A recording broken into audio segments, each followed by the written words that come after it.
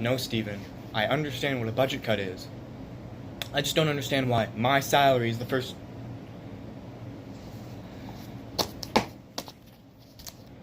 Welcome to the first episode of Conspiracies with a K.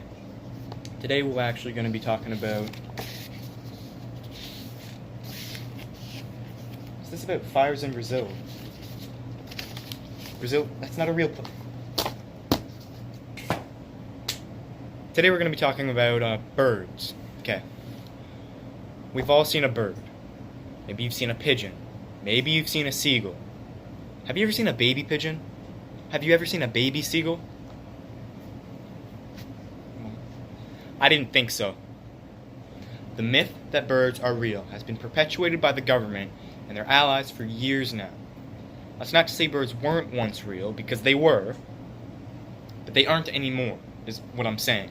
The last bird was killed in 1982, a year after Ronald Reagan took office.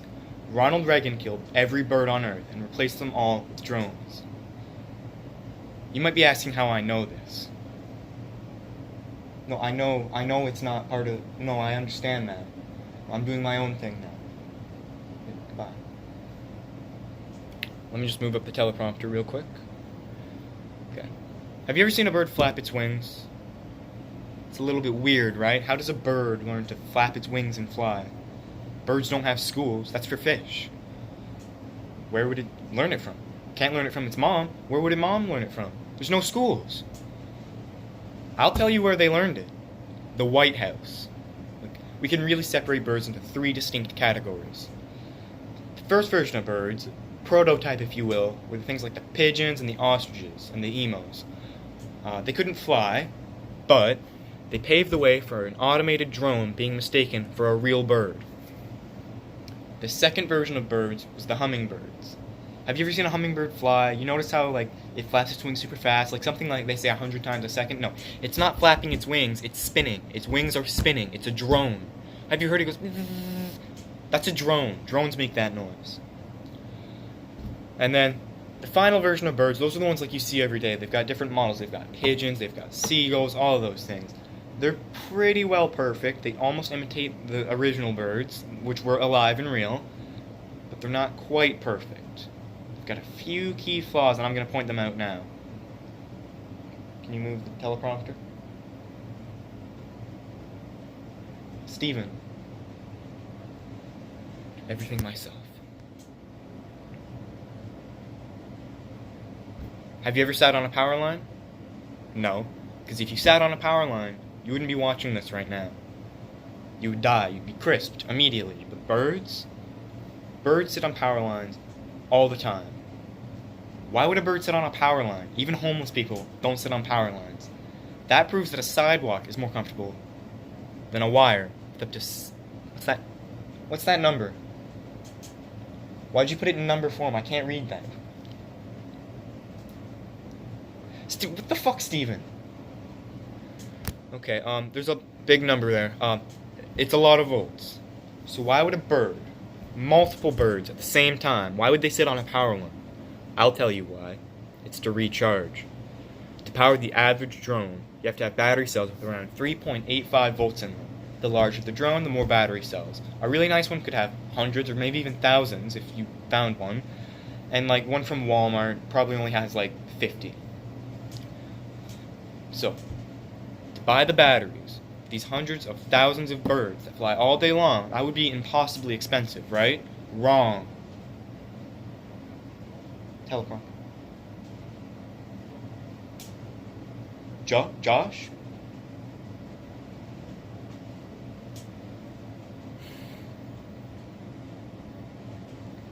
The American government spent $716 billion.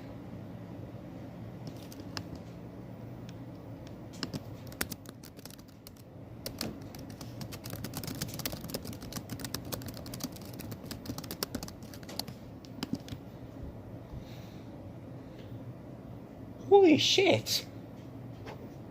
That's a lot. Okay. That equates to... Okay, who the fuck is putting the numbers in? Mark? Are you putting the numbers in? I can't read. Go pack your things. No, I don't. Why are you fucking crying? Go pack your things. Quit the crying. My God. It's a lot of pistols, and the government does not have that big amount of pistols, okay? So what are they buying with all that money? I'll tell you exactly what they're buying. They're buying drone parts. To buy the exact amount of birds that are found in America, and the amount that America spends on their defense every single year, it comes out to the exact amount spent on defense in 2019. Don't look that up. I just did it for you. So at this point, you probably do agree with me, but you might be wondering why the government would do this. I'll tell you why. Ever wonder why so many crimes in America are never solved? Nearly 50% of murder cases are closed without the murderer ever being found. I'll tell you how the murder's never found. The birds did it. They're the perfect killer. They're drones. They don't have DNA. They don't have feet. They don't have fingers. They don't have fingerprints. And best of all, you sheeple believe anything the government tells you, including when they say a bird didn't kill JFK. Let me tell you something. It did. A bird killed JFK. You want to know who else they killed? Obama. We know they killed Obama because if you look at Obama's hair at the beginning of his presidency versus the end, he's got normal looking hair at the beginning, then he has gray hair. Who has gray hair? I'll tell you who has gray hair. Pigeons. Pigeons have gray hair. They killed Obama and they replaced him with a pigeon sometime during his presidency. I don't know when. I don't know how. I know that they did, though. Someone hand me another pen. Thank you. It's a fucking crayon. That brings me to my next point. Why do birds fly into windows? What kind of animal is that fucking stupid to fly into a window? I've walked into a window before. I have. But I've never flown into a window. Ask a pilot. Ask all the pilots how many windows they've flown into.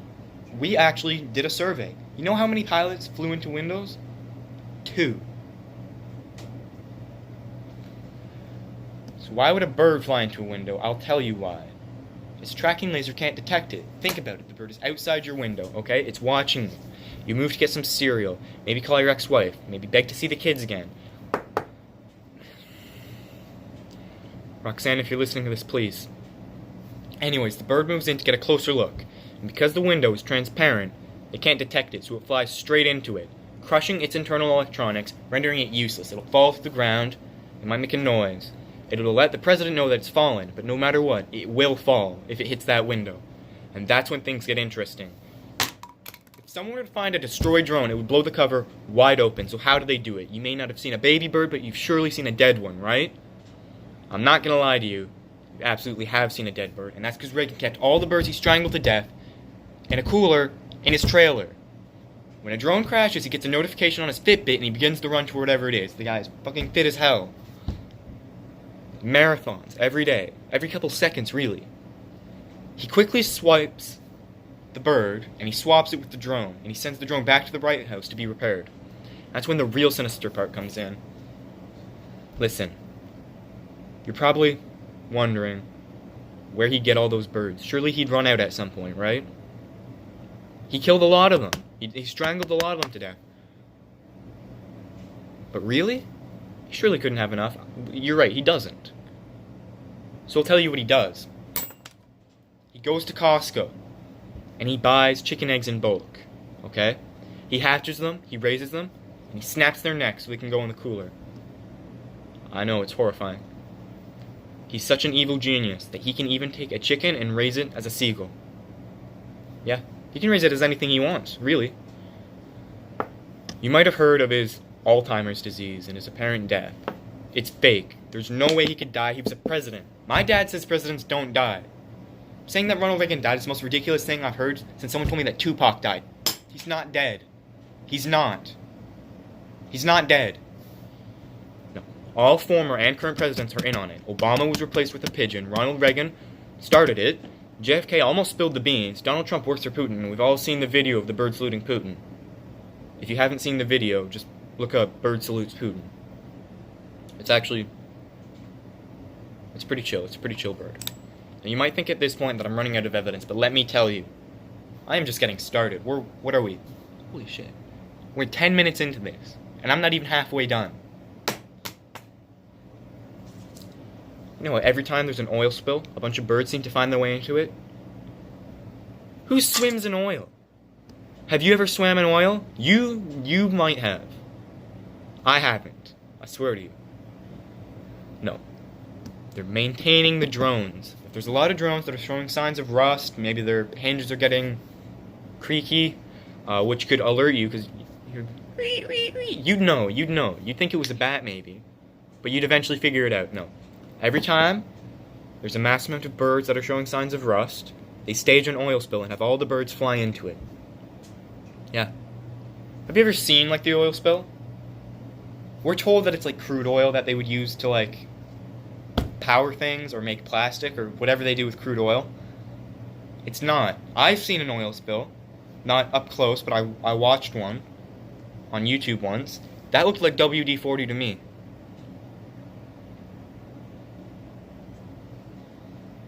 But that's where dawn comes in.